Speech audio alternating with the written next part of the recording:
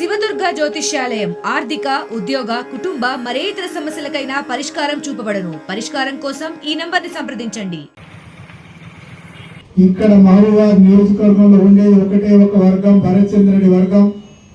ఇక్కడ నేను శాసనసభ సభ్యునిగా నేను గెలిచా, అలాగే రేపు బలరాం నాయక్ గారు గెలుస్తారు.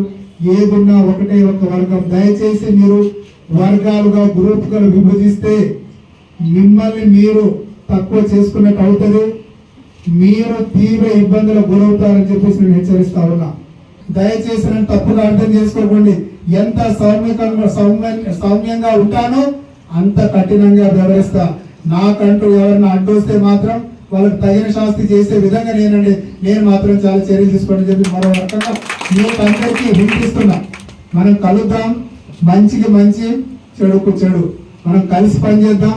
గూడూరు మండలాన్ని మీ ఊర్లో ఉండే ముఖ్య నాయకులను కనుక మీరు చేర్చుకున్నట్టయితే, నాయకులు ఊసర వెల్లులు వాళ్ళు ఈ రోజు ఒక షర్ట్ వేసుకుంటారు, రేపు ఇంకొక షర్ట్ వేసుకుంటారు. వాళ్ళ దగ్గర కార్లు ఉన్నాయి, వాళ్ళ దగ్గర డబ్బులు ఉంది, మిమ్మల్ని కూడా కొనుక్కుంటారు.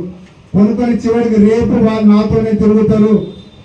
వారి పని ఎలా చేసుకోవాలో వాళ్ళకి తెలుస్తుంది. మనం వెనుకబడి ఉన్నాం కాబట్టి మీ ఊర్లలో మీ గ్రామాలలో కష్టపడే నాయకుడికి నిజమైన న్యాయం జరగాలంటే కిందున్న క్యాడర్ని, మీ సమానంగా ఉండే నాయకులను, లేకపోతే మీ కింద ఉన్నటువంటి క్యాడర్ని చేర్చుకోండి.